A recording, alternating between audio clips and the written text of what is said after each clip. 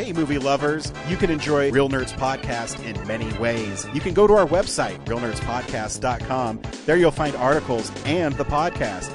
You can go to our YouTube channel, and you will see the Real Nerds Pod Show. We're also on Blue Sky. Hey, did you know Facebook is still a thing for people? Yep, we're on there too. We are also on Threads. There are many ways to interact with us. All our film adventures are posted on Instagram. If you have a social media account, you can find the Real Nerds Podcast. Camera, action!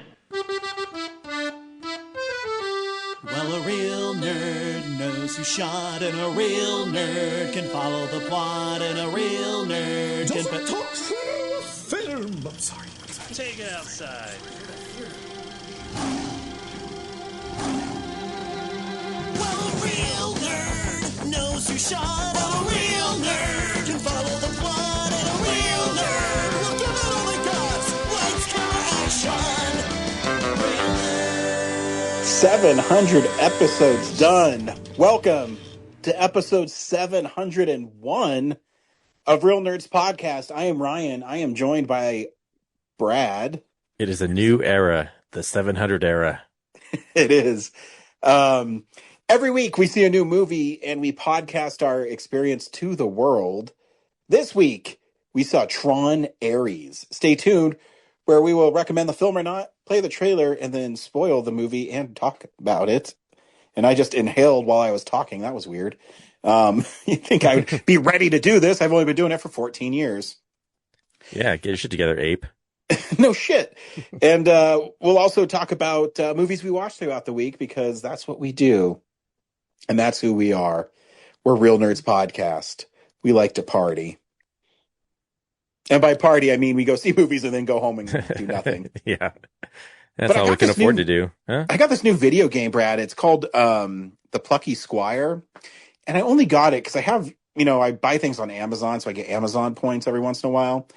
And I was just typed in video games, and it was part of some Steam sale, but they had a collector's edition for PlayStation 5 for $30. That came with the game and an art book and stickers. I said, you know what? I mean, I spent a lot of money on my Amazon gift a credit card to get this $30, so it's not really free, but it's kind of free. So I got it, and I have to say, it's pretty fun. What do you do? You're a plucky squire. And So I'm thinking Sword in the Stone. Got it. Yes, there you go. The art style is really cool. It's a 2D, 3D hybrid. It has the top-down look, kind of like Link's Awakening, that came out for the Switch a few years ago. And it takes place in a storybook. And so every chapter is a new chapter in this book. So it also kind of blends like the art style of Paper Mario, and that the fighting is like old school Zelda too, where you have so far I've gotten him a bow and arrow, and he has a shield and a sword, and you can upgrade them and add patches to it, to make him more strong. And when you get to certain bosses, the boss fights are like super punch out. So they're boxing for some of them. The first one I boxed was a bear that's trying to steal a guy's honey.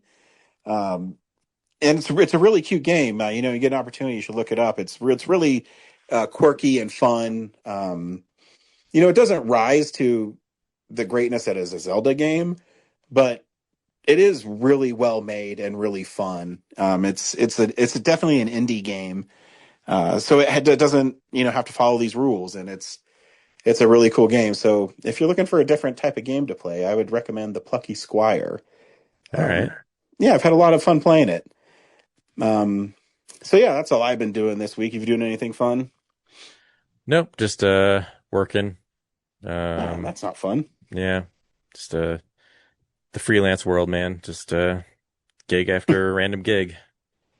Yeah, you're your own boss. You live life on the road. You do what you want.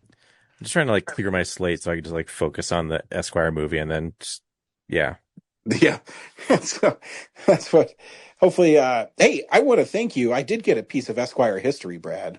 Oh yeah, you did. So you gave me a MacGruber poster That is from the Esquire, and it proudly hangs A next movie to they my. never screened. I know. So why did they even have that poster? You I think? Do you think, think I just think, sent them yeah, I think, who is it? Like Universal? I Universal? think. Yeah, they probably Yeah. send all the theaters like promotional merch. Mm. And then maybe they had plans to screen it, and then like Landmark was like, "Oh, actually, we're going to put it over at the uh, what that Maybe Greenwood Village makes Greenwood more Village." sense. Yeah. So, but they still get their stuff. Yeah. Yeah. But anyways, my wife hates that fucking movie. But it proudly hangs next to my TV, That's so I awesome. can look at it all the time. And As a I mean, family, is that the TV you watch everything on? yeah. So she has to stare at it constantly. Well, it's so funny since we moved into our new home. It's a 3-level townhome, and the basement is pretty much mine. And she got tired of watching what I wanted to watch, whether it's something, from Vinegar Syndrome, Nothing Underneath. And she says, "Why do you watch these shitty movies?" I don't know, because they're fun. I don't know how to describe it. Sometimes I just like to be entertained. Anyways, so after about 4 or 5 months here, she wanted her own TV. So I got her this shitty LG because she watches reality TV on them. Only the best for my lady. Yeah. Well, she doesn't even care. It's so funny. I remember when I got this TV because I hadn't got a new TV in about 7 years. And she said, why do you need a new one? I said, well, I have a bigger area to take up. Now I can use HDMI 2.1 for my PlayStation 5. It makes the games look better. And it does. It displays about a million more colors, which you like. Do you even notice? You notice big time in video games. But anyways, so she doesn't care about that stuff, even though she did watch Ratatouille on it and she couldn't believe it. She said, "Oh my gosh, this looks way better." And I said, "I'll do you one better." So I put in the Wally 4K from Criterion, and she like cried watching it. So It's like, I have to leave the room. yeah, but I did. I got her this LG, and she bought a sound bar for it. So good for her. Cool. Well, if Yeah. she ever tries to tear that poster down, don't Oh, worry, I got more. wait, there's more of MacGruber posters? There's I like thought 10 that of was like them. a huge collector's item, Brad. Yeah, there's 10 of them out of the none that exist anywhere else. Yeah.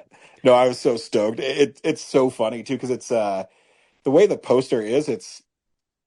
It looks like it's a legit action movie poster. Yeah, It's fun. So it hangs proudly in my entertainment area. So awesome. thank you for that.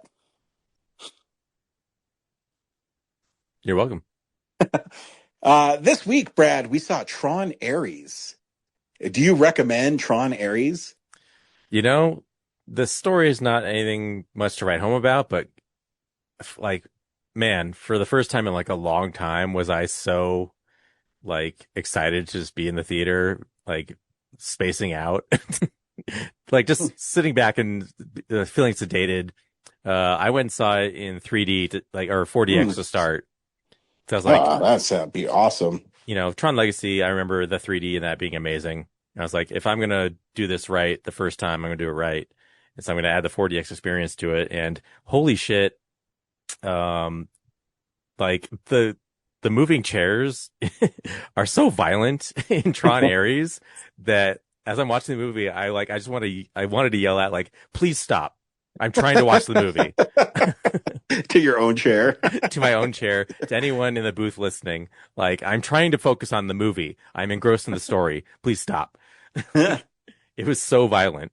But yeah, the 3D, man, that opening sequence, just like I vegetated, like is Mm. so good. And then throughout the rest of it, just like the 3D is amazing.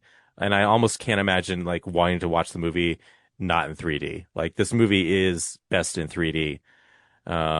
So yeah, and it's a bummer that America doesn't agree. So fuck you, America. Yeah. Yeah, I agree wholeheartedly with you. I did not see it in 3D, but I saw it at the big show. Oh, you're missing out. Which I mean, what was cool is one, the soundtrack is fucking incredible. Oh yeah, that too. And Forgot and about you that. sit there and even in the big show because it's like basically IMAX, so it is loud and you can feel the movie. even in, those normal seats. And I remember watching it and go, man, this movie is just fucking cool. Rad Y- as hell. Yeah, you know what I mean? It's just cool. I haven't felt like Um, this in the theater in a long time. yeah, I mean, yeah, the story is whatever, but I don't give a fuck because, I mean, the movie's just cool. Here's a trailer for Tron Ares. Since time began, man has gazed at the stars and he has wondered, am I alone?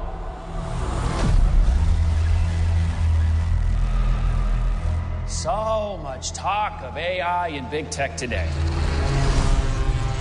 Virtual worlds, what are they going to look like? When will we get there? Well, folks, we're not going there. They are coming here. I would like you to meet Ares, the ultimate soldier. He's biblically strong, lightning fast, supremely intelligent. And if he is struck down on the battlefield, I will simply make you another. You think you're in control of this? You're not.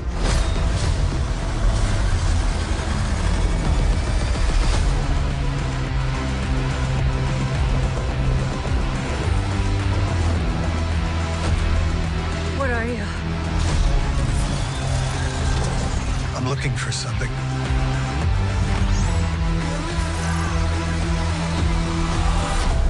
Something I do not understand.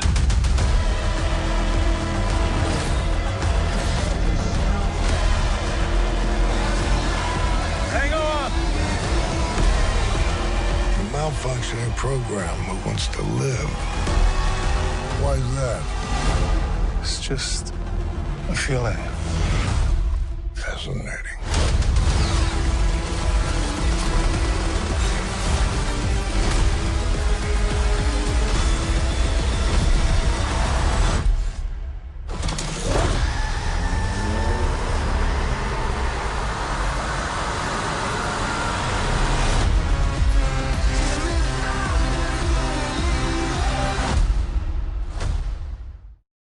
Tron Ares is the Tron world with AI. It's created by, what was Evan Peters' name? I forget. Julian Dillinger? There we go. He and a rival tech company are trying to create an AI program, and No. he okay. What I don't know what I'm missing. You've seen it obviously tons of times. I've seen it 3 times. Anyway, it's that awesome. But yeah, so they've already got the AI, but there's a limitation that when they bring it into the real world, it disintegrates within like 30 minutes. So, Dillinger Systems is trying to solve the puzzle, but Encom's new CEOs or whatever know that Kevin Flynn figured it out. They're trying to track down where that code is at, and really quickly they do. And then Dillinger Systems figures out that they figured it out, and so the rest of the movie is just him chasing them down over and over again, in and out of the grid. Yes, on either side. Yeah, the movie visually is one of the coolest movies I've ever seen. Yeah. Just I told my wife because she really wanted to see the movie, which Wow, okay. I'm always a little, yeah, exactly, because she likes movies, but every once in a while she wants to see a movie. I go, really? And she wanted to see it because she likes Nine Inch Nails. Oh, that makes sense. And I said, yeah, I did this really funny joke for the post on our podcast, and she said, what is that? I said, oh, I did the Family Guy Tron joke. Hey, you're the Tron guy. Yeah. And Laura says, that's stupid. She fucking hates Family Guy. So we went and saw, the movie in the pre-show. Oh man, that clip was in there. I was so happy. I was so happy. Hey, green guy. Hey, red guy.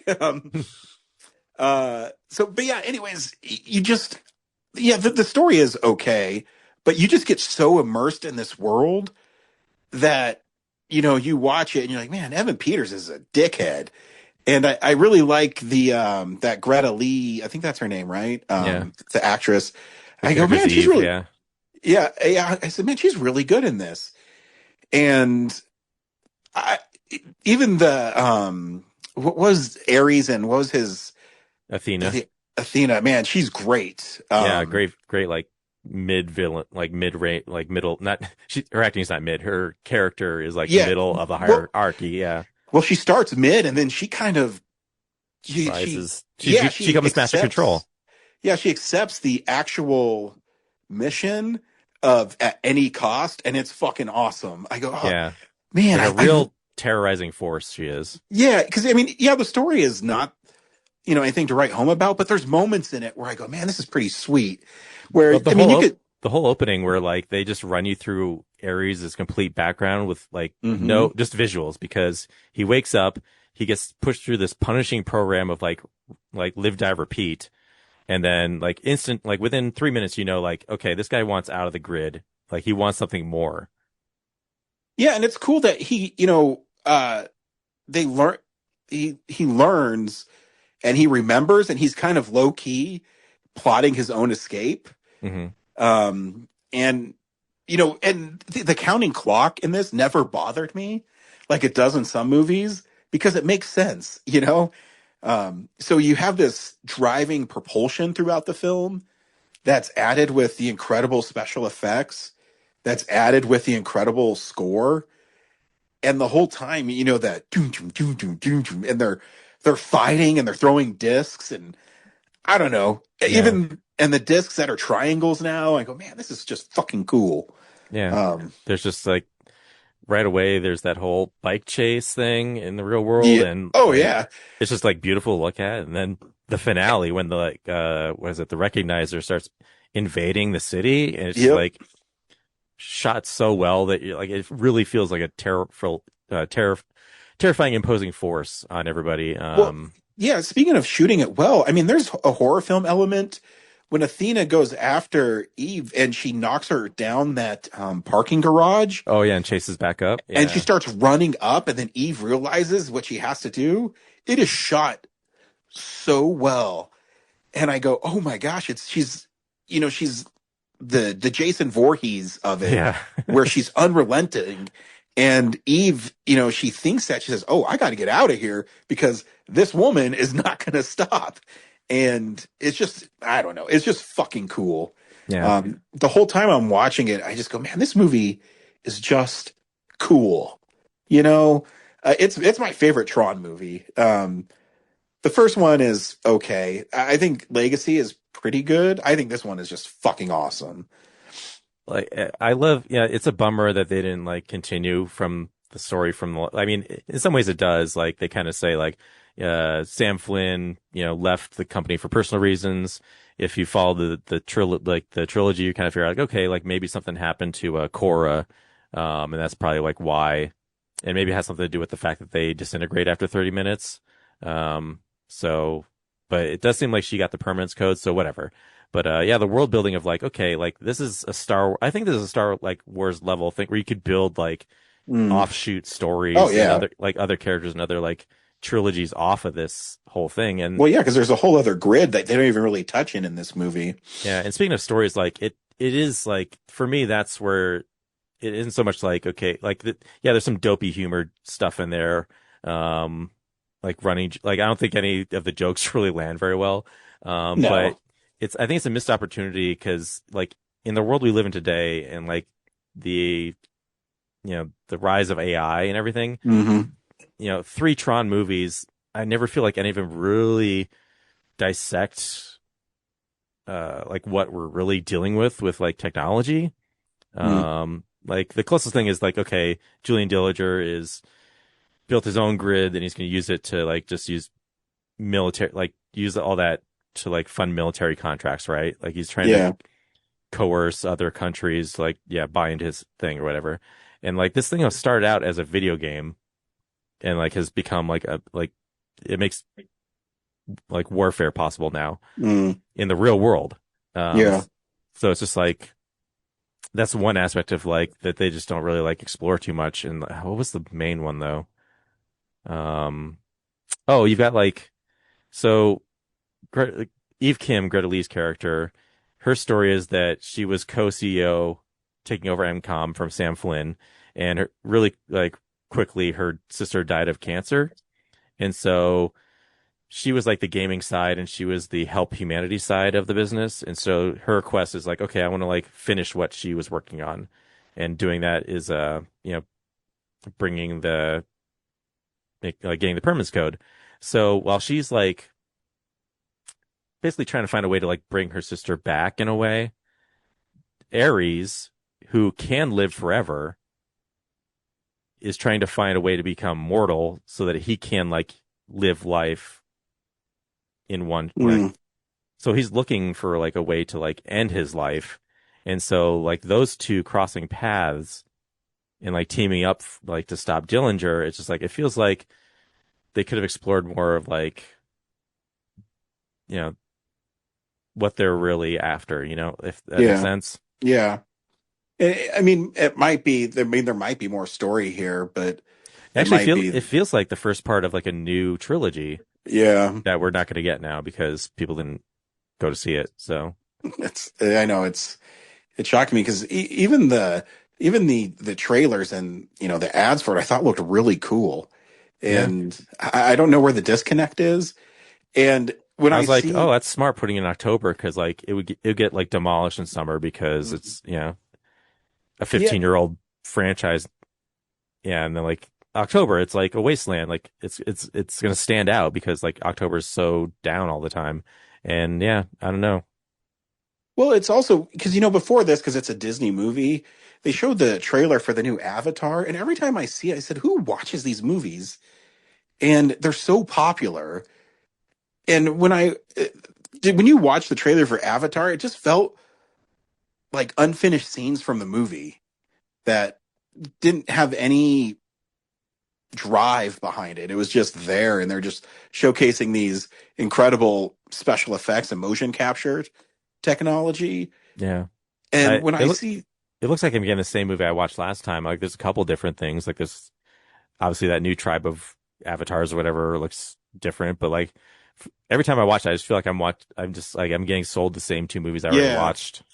and again, I don't mind the movies, but I don't understand how they make $2 billion.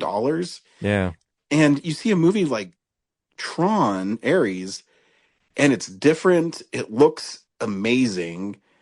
It's a fun movie, and I don't know, man. I mean, I don't understand people's viewing habits. I mean, now I still don't understand anime, and that stuff is just making so much money now. yeah.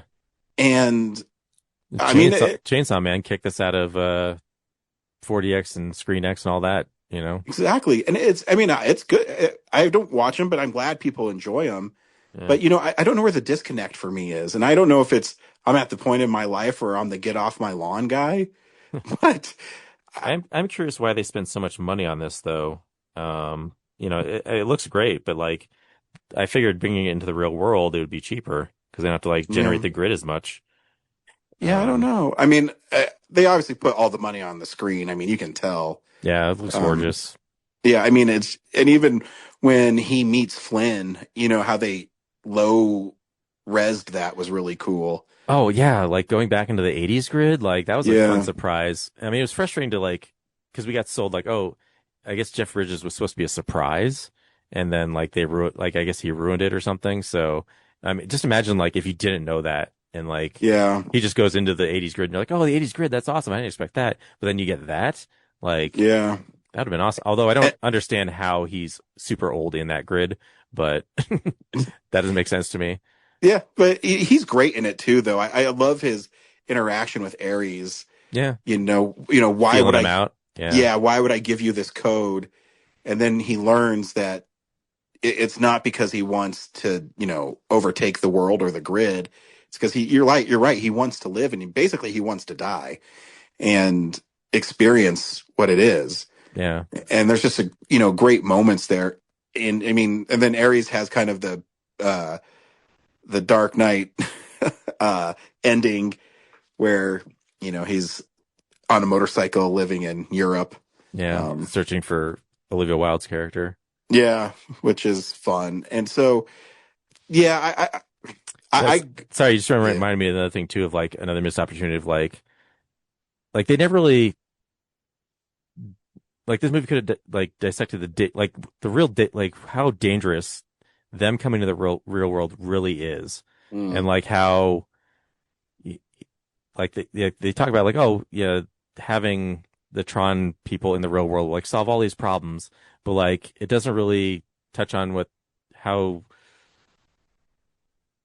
like the reality of like what the dangers are of all this. Like, yeah, okay, so you could generate a tree with a bunch of oranges, right?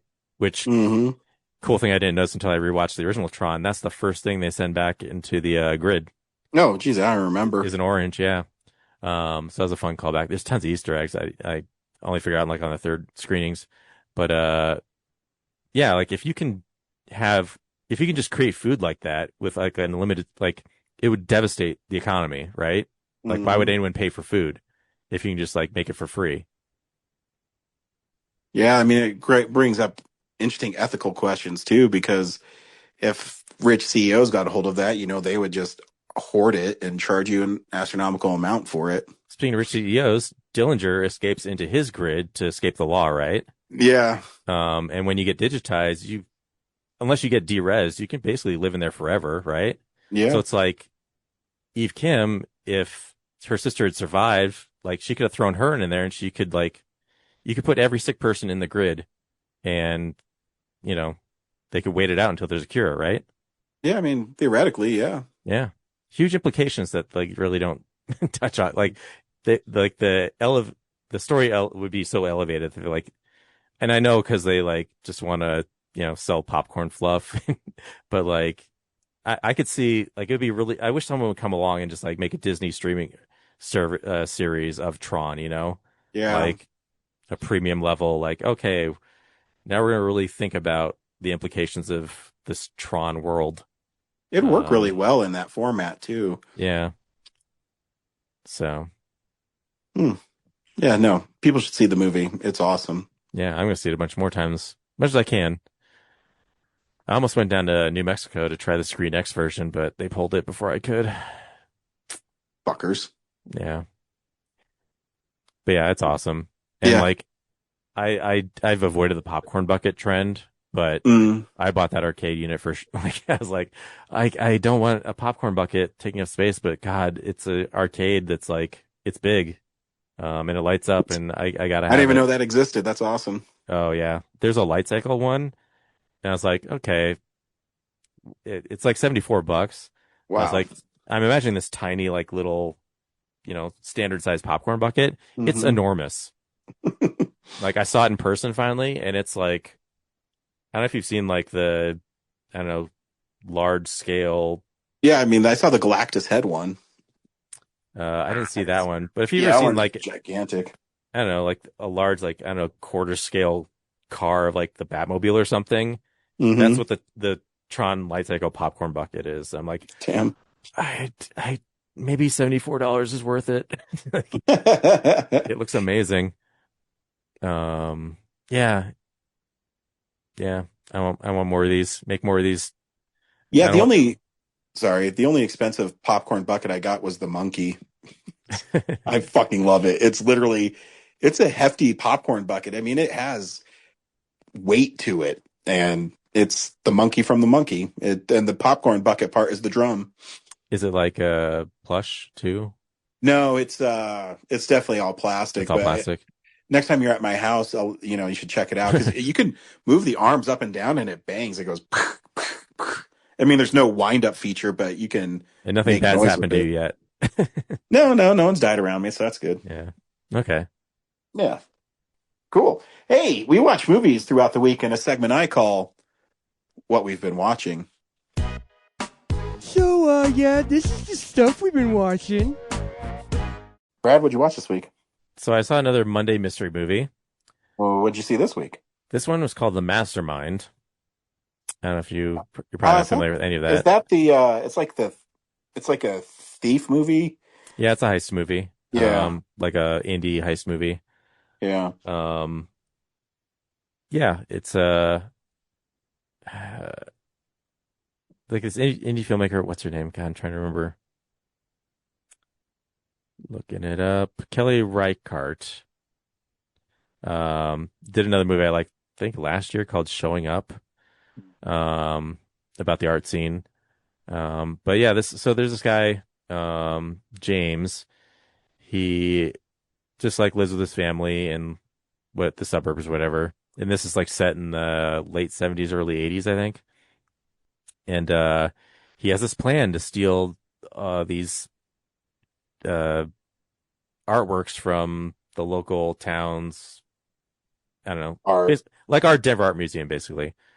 But like a little smaller scale. And so he ropes two other dudes into it and they pull it off. But then like one of the guys gets caught on some other crime and rats them out.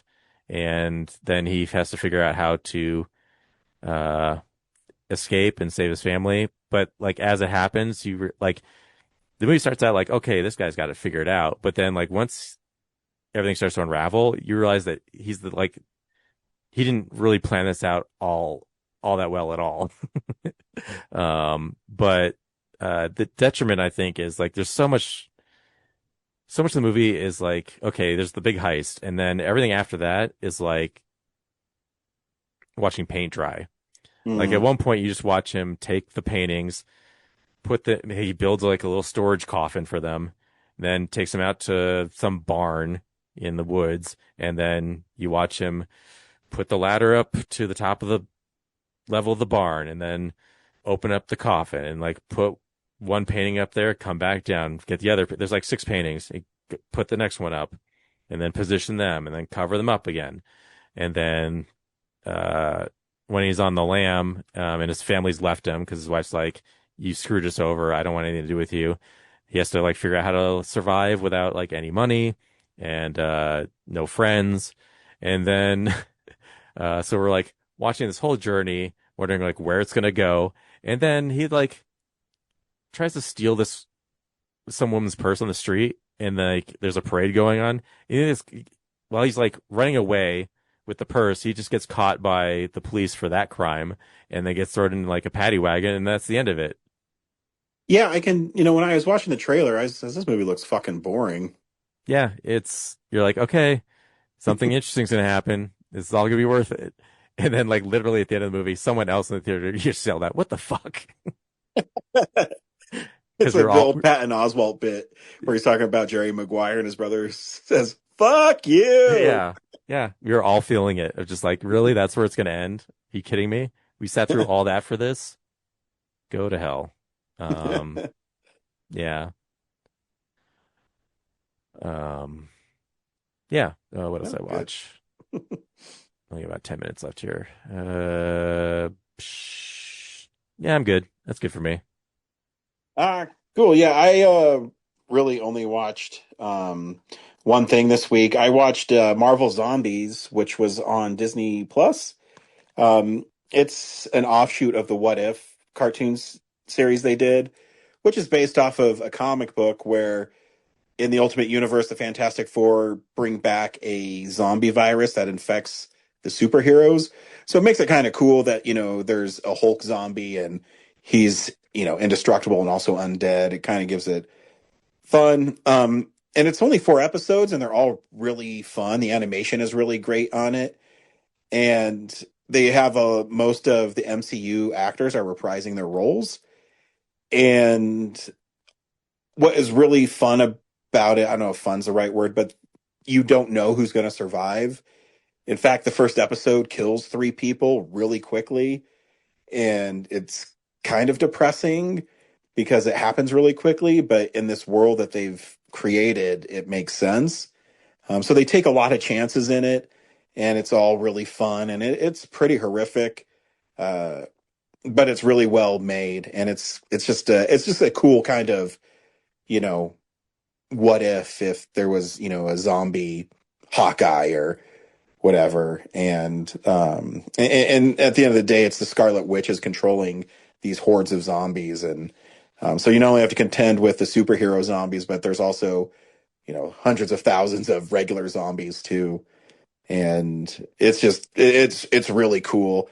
There in the first episode, there's this huge fight between Captain Marvel and Thor, and they're both zombies, and it's really cool. And yeah, I recommend checking it out. Just something different, and you don't see too many Marvel horror stuff, so it's definitely fun. And it's TVMA because there's tons of gore in it, so they do not skimp on it. Cool. And that's what I watched this week. Hey, Brad, before we get out of here and we shared our thoughts on Tron, Corinne sent us a Showtime. Hey nerds, Corinne here for another installment of Showtime, where I tell you all about something cool I've been watching lately. This week I'm actually going to do another rapid fire recap and tell you about several things I've been watching over the last week or so. If anything sounds of interest to you, check it out. So, I was home with my family in Kansas for about a week, and ended up watching a bunch of stuff with my family. My dad and my stepmom, they have Apple TV, and I convinced them, because we were like, oh, let's sit down, because like my stepbrother was over, so we're like, oh, let's sit down and watch a movie together. And I was like, hey, we should watch Fly Me to the Moon. I know it's on Apple TV. I've never seen it. I've heard good things from Ryan and from other people. So I was like, let's check this out. And yeah, it was really good. All the performances were great. The effects were great. I thought it was, just a very charming story. My only criticism is I thought it was a little long. It wasn't, I felt like it was kind of like two movies that they smushed together of, you have this one kind of overarching plot of, the Scarlett Johansson's character coming into NASA and trying to like, spruce everything up and get like this real like, public relations division going and like trying to fund everything. And then like the whole, I'd say second half or last third of the movie is just about her working on Project Artemis or whatever they call it, where they like fake the moon landing. So I think one or the other would have been fine, but I don't know if we needed both. Yeah. So again, I thought it was a little long.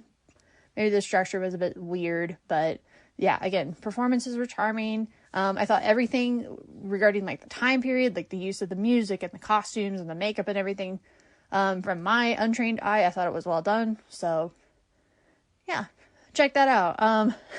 Also on Apple TV, that my parents and I ended up watching was The Fountain of Youth, which is a movie with John Krasinski and Natalie Portman. And it's very much in this, the vein of Indiana Jones, where, they find out about the Fountain of Youth and they get all these, also National Treasure. It felt very National Treasure of like, we have to track down these clues, and if we assemble the clues, then it'll lead us to the location of, blah, blah, blah, and put everything together. And yeah, and it's, I think it's directed by Guy Ritchie, and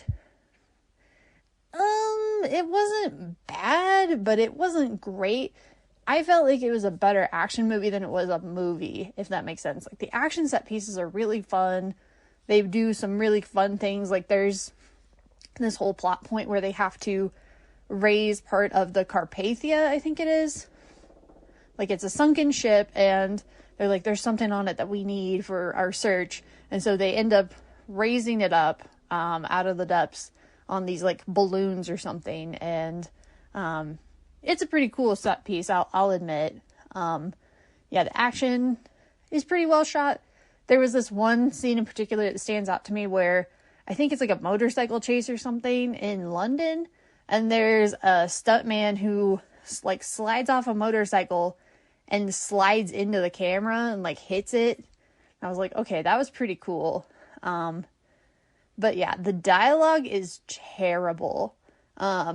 Just everything. I don't know. Maybe it's like, I'm not a big fan of John Krasinski, and I think Natalie Portman was good in Star Wars for what she was given. I want to give her the benefit of the doubt. I don't think she's a bad actress, but whatever the hell dialogue and directing they got in this movie did not help them.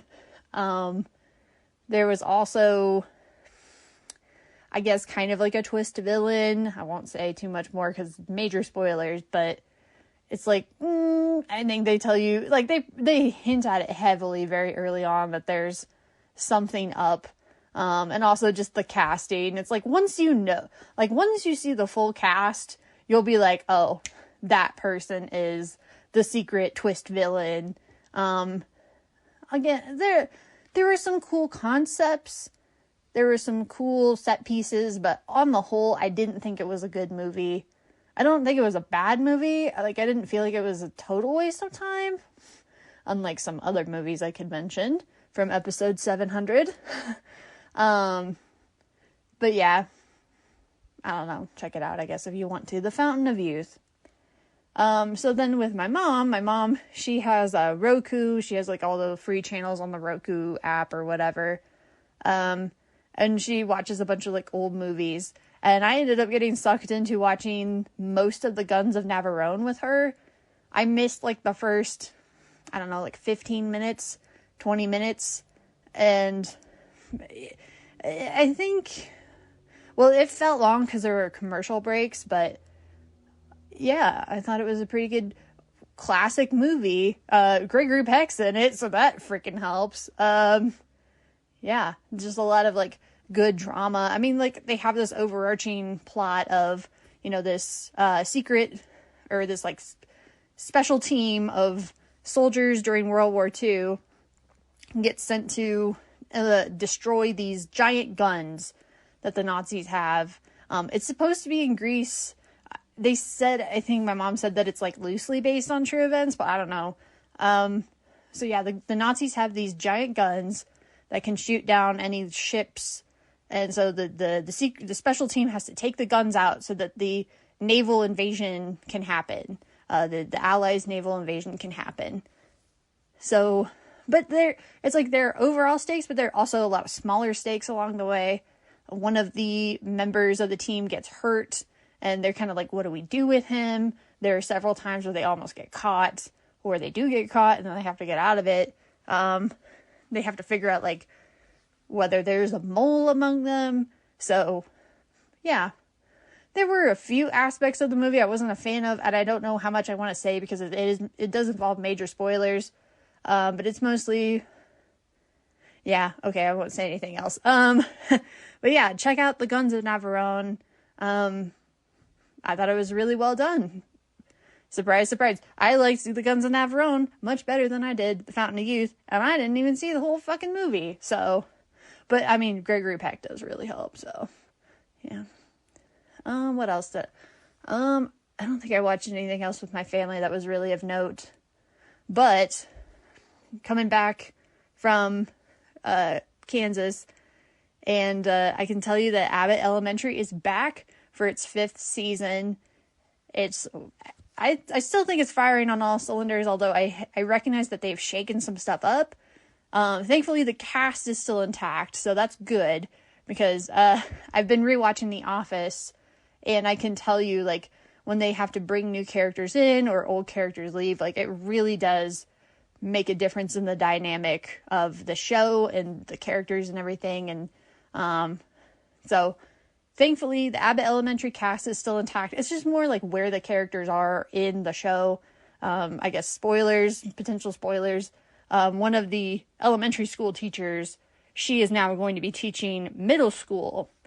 And she's like not accustomed to that. She's, her students are normally so young, they don't know any better. But now she's teaching teenagers or preteens, and they cheat on their tests, and they know how to, like, scam her, and they mouth off, and they have attitudes and stuff, so, yeah, she's gotta learn, but, yeah, and then the most recent episode was basically just, like, the teachers go to the Phillies ballpark, and I guess they filmed it like an actual game, because it, from what I can tell, like, it is the actual stadium.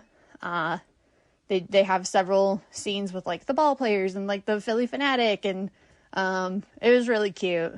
And I was like, yeah, I mean, it was just kind of a one-off. It wasn't anything really crazy, but it was just kind of fun. It's like, oh, here's an excuse for these cast members, these actors, to go to the ballpark. and just hang out. Yeah, nothing too groundbreaking, but it was a lot of fun.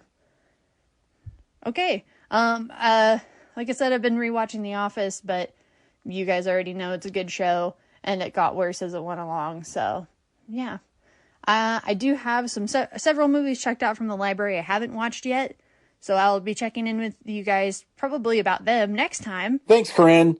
As always, even if you're not in the room, you're still with us. Next week, we're seeing Good Fortune, so that should be fun. Until next week, we'll see you at the movies. Go see Tron in 3D. Yeah. A real nerd knows who shot. A real nerd can follow the plot. And a real nerd will give it all they got. Lights, camera, action. Real nerds. Thanks for listening to Real Nerds Podcast, a Nebulous Visions production. Stream or download episodes, read articles at realnerdspodcast.com. Stream us on Apple or Google Podcasts, Stitcher, Spotify, or iHeartRadio. Follow us on Facebook, Real Nerds Podcast. Twitter and Instagram, @Real Nerds. Watch us on YouTube, Real Nerds Podcast. Email us at realnerds@gmail.com. Call us at 720-6nerds5. Thank you to Sparks Mandrill, Mike at Plan 9 Studios, and Bolognium for all of our groovy theme songs. And that's how you fucking do it!